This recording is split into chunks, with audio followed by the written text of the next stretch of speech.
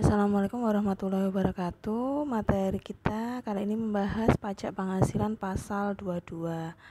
Nanti akan kita bahas terkait objek pajaknya apa saja yang termasuk PPh pasal 22 dan siapa yang memungut, siapa yang memotong akan kita bahas pada materi kali ini.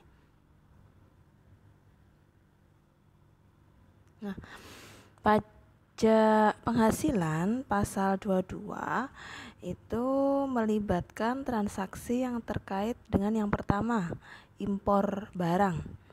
Kemudian ekspor komoditas tambang batu bara, mineral logam dan mineral bukan logam yang dilakukan oleh eksportir. Kemudian pembayaran atas pembelian barang kepada institusi pemerintah atau BUMN tertentu. Kemudian pembelian barang oleh industri tertentu dan penjualan barang yang tergolong sangat mewah. Nanti akan kita bahas satu persatu ya. Jadi transaksi yang muncul pajak penghasilan pasal 22 adalah kelima transaksi tersebut. Yang pertama terkait dengan impor barang, kemudian terkait dengan ekspor komoditas tambang, yakni batu bara, mineral logam, dan mineral bukan logam yang dilakukan oleh eksportir. Kemudian pembayaran atas pembelian barang kepada institusi pemerintah atau BUMN tertentu. Kemudian pembelian barang oleh industri tertentu dan penjualan barang yang tergolong sangat mewah.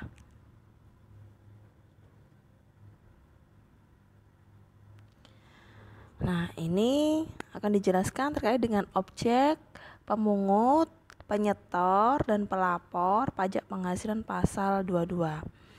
Yang pertama, untuk objek pemungutan impor barang dan ekspor komoditas tertentu, pemungutnya siapa? Penyetor dan pelapornya, yaitu Bandavisa dan Dirjen Bea dan Cukai.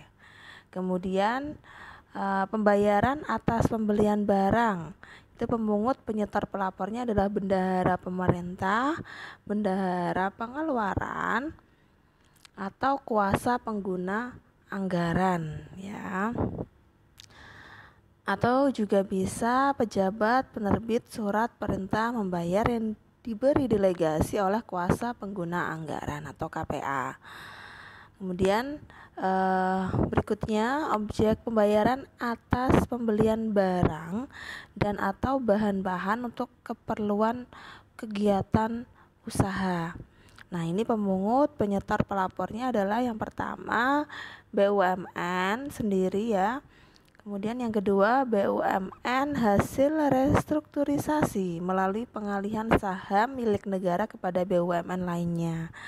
Dan yang ketiga, badan usaha tertentu yang dimiliki oleh BUMN seperti PT Pupuk Sriwijaya, PT Petrokimia, PT Pupuk Kujang, PT Pupuk Kaltim, PT Pupuk Iskandar Muda, PT Telkom Seluler, PT Indonesia Power, PT Pembangkit Jawa Bali, PT Semen Padang, PT Semen Tonasa, PT El Nusa, PT Krakatau Wajatama, PT Raja Wali Nusindo dan lain sebagainya ya, tertulis di situ.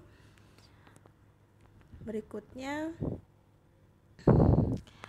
untuk objek pemungutan, penjualan hasil produksi industri tertentu kepada distributor dalam negeri, yang memungut, menyetor, melaporkannya adalah Badan Usaha Industri Semen, Industri Kertas, Industri Baja, Industri Otomotif, dan Industri Farmasi.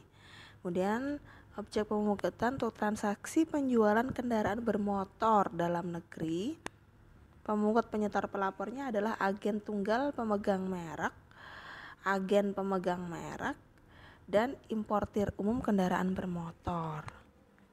Kemudian untuk objek pemungutan transaksi penjualan bahan bakar minyak, bahan bakar gas, pelumas, ini pemungut PPh pasal 22-nya adalah produsen atau importir bahan bakar minyak dan bahan bakar gas serta pelumas ya.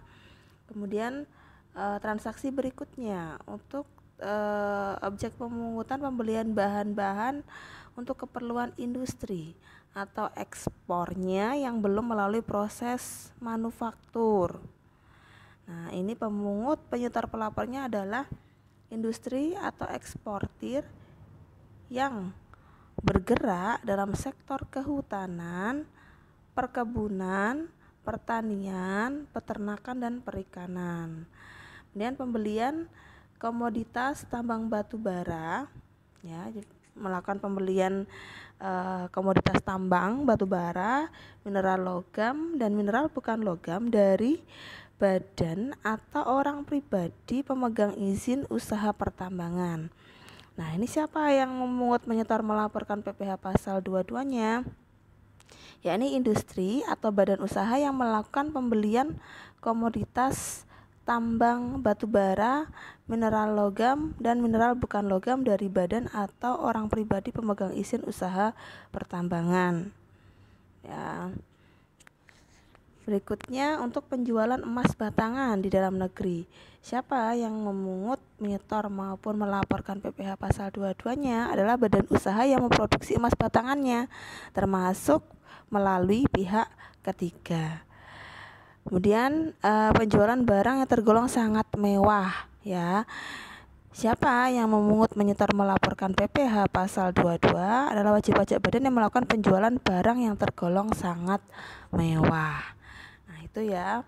Jadi kenali dulu tipe transaksinya, kemudian di sebelah kanan itu merupakan pelaku yang memungut dan menyetor serta melaporkan PPh pasal 22. Ini ada beberapa kegiatan yang tidak dikenai PPh pasal 22.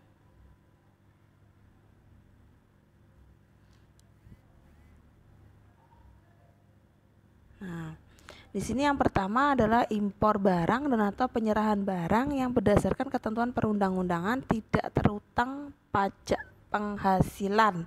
Biasanya ini terkait dengan mungkin untuk kebutuhan negara, ya. Biasanya dia dibebaskan dari PPh pasal 22, entah itu untuk pertahanan negara, impor senjata, atau itu komoditas untuk kebutuhan negara, itu dibebaskan dari PPh pasal 22. Kemudian impor barang yang dibebaskan dari ini pemungutan biaya masuk dan atau PPN. Impor yang sifatnya sementara atau impor kembali atau reimpor itu juga dibebaskan dari PPh pasal 22. Kemudian pembayaran yang dilakukan oleh pemungut pajak dengan ketentuan-ketentuan tertentu. Yang keenam, impor emas batangan yang akan diproses untuk menghasilkan barang perhiasan dari emas untuk tujuan ekspor. Jadi mengimpor emas batangan, kemudian di Indonesia diolah menjadi emas batangan, nantinya ditujukan untuk diekspor kembali, itu dibebaskan PPh pasal 22. Dan pembayaran untuk pembelian barang sehubungan dengan penggunaan dana BOS, ya, bantuan operasional sekolah. Nah, ini juga dibebaskan PPh pasal 22. Kemudian penjualan kendaraan bermotor dalam negeri yang dilakukan oleh industri otomotif, agen tunggal pemegang merek atau ATPM, agen pemegang merek atau APM, dan importir umum kendaraan bermotor yang telah dikenai PPh pasal 22 atas penjualan barang yang tergolong sangat mewah. Jadi kalau dia sudah dikenai PPh pasal 22 atas penjualan barang yang tergolong sangat mewah, maka penjualan kendaraan bermotor dalam negeri ini dibebaskan atau tidak dikenai dengan PPh pasal 22. Kemudian penjualan emas batangan oleh badan usaha yang melakukan penjualan emas batangan kepada Bank Indonesia. Ini juga dibebaskan atau tidak dikenai PPh pasal 22. Kemudian pembelian gabah dan atau beras dari perusahaan umum dan badan urusan logistik atau perum bulog atau BUMN lain yang mendapatkan penugasan sesuai peraturan perundang-undangan. Ini juga dibebaskan dari PPh pasal 22. Nah, Berikutnya, kapan saat terutangnya PPh pasal 22? Ya, saat terutangnya yang pertama terkait dengan kegiatan impor barang. Kapan saat terutang PPh pasal 22? Terutang dan dilunasi bersamaan dengan saat pembayaran bea masuk, ya. Itu untuk kegiatan impor barang. Kalau untuk kegiatan ekspor komoditas tambang batu bara, mineral, logam, dan mineral bukan logam, itu terutangnya saat kapan? Terutang dan dilunasi bersamaan dengan saat penyelesaian dokumen pemberitahuan pabean atas impor, ya. Berikutnya, pembelian barang oleh pemungut pajak. Kapan terutangnya? Terutang dan dipungut pada saat pembayaran kepada rekanan. Dan yang keempat, badan-badan tertentu atau BUMN dan memiliki badan usaha tertentu yang dimiliki secara langsung oleh BUMN. Ini terutangnya kapan? Terutang dan dipungut pada saat pembayaran kepada rekanan, sama ya.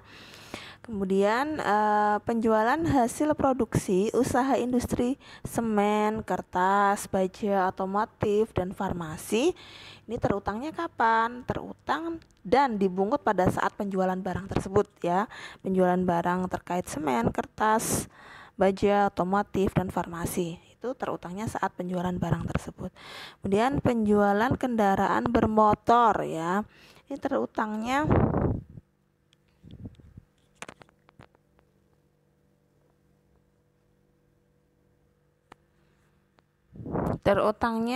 sama ya, untuk penjualan kendaraan bermotor oleh ATPM, ya. Itu terutangnya pada saat terutang dan dipungut pada saat penjualan, sama dengan yang poin 5.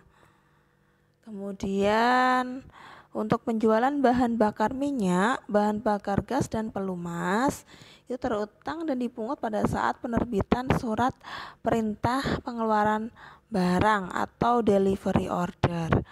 Kemudian yang ke-8, pembelian bahan-bahan hasil kehutanan, perkebunan, pertanian, peternakan oleh bahan industri. Ini terutangnya dan dipungut pada saat pembelian. Kemudian untuk pembelian batu bara, mineral logam dari badan atau orang pribadi pemegang izin usaha pertambangan, itu sama juga terutang dan dipungut pada saat pembelian. Kemudian penjualan emas batangan oleh badan usaha yang melakukan penjualan emas batangan di dalam negeri, itu terutang dan dipungut pada saat pembelian juga. Kemudian penjualan emas batangan oleh badan usaha yang melakukan penjualan emas batangan di dalam negeri, itu terutang dan dipungut pada saat penjualan. Nah, ini tata cara pemungutannya. Untuk pemungutan PPh pasal 22 atas impor barang, ya, pemungutannya, penyetorannya PPh disetor oleh importir yang bersangkutan atau Ditjen Bea dan Cukai melalui pos persepsi, bank devisa persepsi, atau bank persepsi menggunakan SSP, surat setoran pabean, cukai, dan pajak yang berfungsi sebagai bukti pemungutan pajak, ya.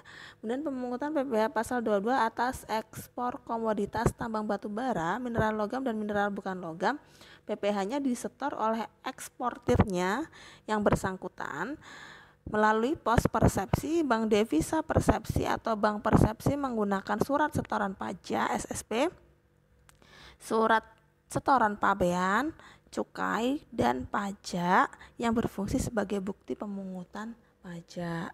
Kemudian pemungutan PPh pasal 22 oleh pemungut pajak, ya, atau bendaharawan pemerintah, kuasa pengguna anggaran, bendahara pengeluaran, pejabat penerbit surat pemerintah membayar atas delegasi KPA atau kuasa pengguna anggaran. Ini wajib disetor oleh pemungut ke kas negara melalui pos persepsi, bank devisa, atau bank yang ditunjuk oleh Menteri Keuangan menggunakan surat setoran pajak. Ya, pemungut wajib menerbitkan bukti pemungutan pajak rangkap 3, yaitu yang lembar pertama untuk wajib pajak, lembar kedua untuk KPP sebagai lampiran SPT ya. Kemudian lembar yang terakhir untuk bendaharawannya sendiri. Nah, ini contoh transaksinya yang poin 3 itu jika suatu perusahaan itu dia mungkin perusahaan itu menghasilkan komputer ya. Kemudian ada bendaharawan negara atau bendaharawan pemerintah di sini itu saya contohkan sebagai Pemda ya, pemerintah daerah. Pemerintah daerah dia ada pengadaan terkait komputer. Kemudian ada PTA atau perusahaan A, dia menjual komputer ke bendaharawan pemerintah. Dalam hal ini bendaharawan pemerintah adalah Pemda ya. Jadi bendaharawan yang ada di Pemda, di pemerintah daerah. Dari penjualan komputer tersebut berarti PTA dia akan mendapatkan penghasilan atas jual komputernya dia ke Pemda sebagai bendaharawan pemerintah. Nah, penghasilan atas penjualan komputer ini nanti itu dibungut ya PPh pasal 22. Jadi nanti penerimaan pembayaran atas penjualan komputer tadi yang diterima oleh PTA itu sudah bersih, sudah dipotong PPh pasal 22 oleh Pemda sebagai bendaharawan pemerintah. Sehingga PPh pasal 22-nya ini nanti dipungut oleh Pemda atau bendaharawan pemerintah sekaligus disetorkan oleh Pemda ke kas negara. Itu contoh untuk yang nomor 3 ya. Kalau yang nomor 1, nomor 2 saya rasa sudah jelas ya terkait dengan impor maupun terkait dengan ekspor. Kalau impor berarti pelaku impor, kalau ekspor berarti pelaku ekspor ya. Kemudian yang keempat, tata cara pemungutan untuk ini BUMN. Badan usaha tertentu meliputi BUMN dan badan usaha tertentu yang dimiliki secara langsung, yaitu PT Pupuk Sriwijaya Palembang, Petrokimia Gresik, Pupuk Kujang, Pupuk Kalimantan Timur. Ya, kemudian badan usaha industri tertentu terkait semen, industri kertas, ya, industri baja, otomotif dan farmasi, ATPM. Kemudian agen tunggal pengguna merek ya, APM. Dan importir kendaraan bermotor, produsen dan importir bahan bakar minyak, bahan bakar gas dan pelumas, badan usaha industri atau eksportir yang membeli bahan berupa hasil kehutanan, perkebunan, pertanian, peternakan, perikanan, badan usaha yang melakukan pembelian barang tambang, batu bara dan lain-lain, badan usaha yang menjual emas batangan di dalam negeri. Ini cara penyetorannya. Untuk PPh pasal 22-nya, PPh wajib disetor oleh pemungut melalui pos persepsi, bank devisa persepsi atau bank persepsi menggunakan surat setoran pajak atau SSP ya. Pemungut pajak wajib menerbitkan bukti pemungutan PPh pasal 22 dalam rangkap 3 atau 3 lembar ya.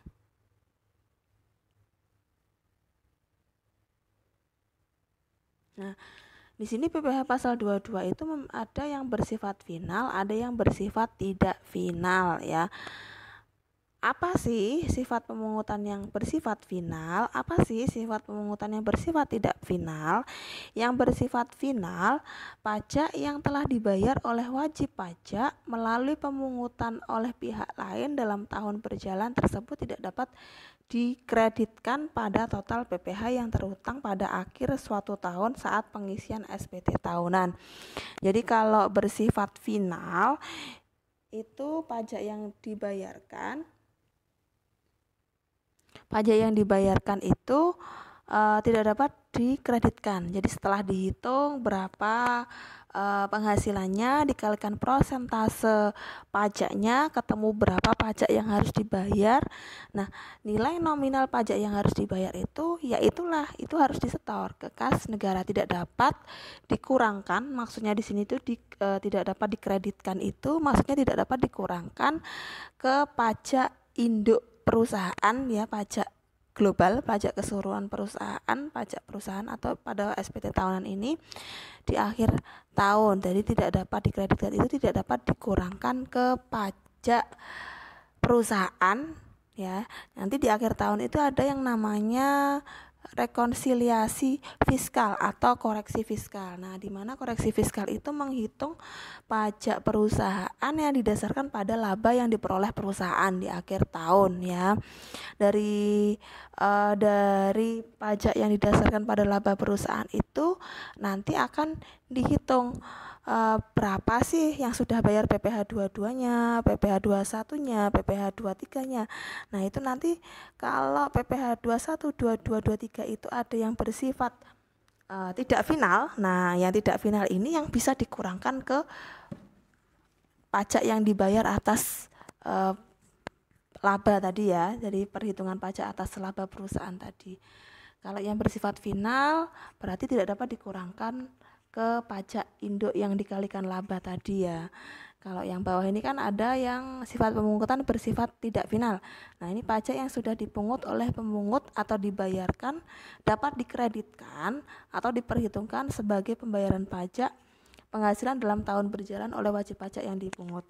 Nah, ini bisa dikurangkan ke nominal pajak yang dihitung berdasarkan laba perusahaan tadi.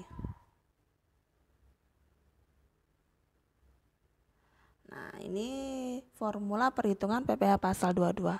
Tarifnya dikalikan DPP-nya atau dasar pengenaan pajak. Jadi kalau impor biasanya tarifnya berapa? Jadi kalau dia tidak punya angka pengenal impor itu 7,5%, tapi kalau dia punya angka pengenal impor itu 2,5%. DPP-nya berapa dasar pengenaan pajak? Nilai impornya ditambah dengan biaya masuknya ya, ditambah dengan ongkos angkutnya ya, cost insurance and freight, biasanya disingkat dengan CIF. Jadi nilai impornya ditambah CIF-nya itu adalah total dasar pengenaan pajaknya, baru dikalikan tarifnya. Tarifnya kalau dia punya API akan pengenal impor maka dikalikan 2,5%. Kalau dia tidak punya angka pengenal impor maka tarifnya dikalikan 7,5%. Nanti berbeda lagi persentase untuk pembelian barang ke BUMN, penjualan barang ke BUMN atau penjualan barang ke bendaharawan negara ya. Nanti dicek tarif masing-masing untuk setiap transaksi. Nah, di bawah ada penjelasan dasar pengenaan pajak PPh pasal 22 meliputi nilai impor, nilai ekspor, dan harga beli atas pembelian barang oleh instansi tertentu atau harga jual atas penjualan barang hasil produksi oleh bidang usaha tertentu. Ya, tadi sudah saya jelaskan.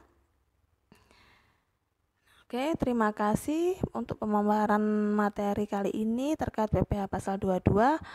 Semoga bermanfaat. Assalamualaikum warahmatullahi wabarakatuh.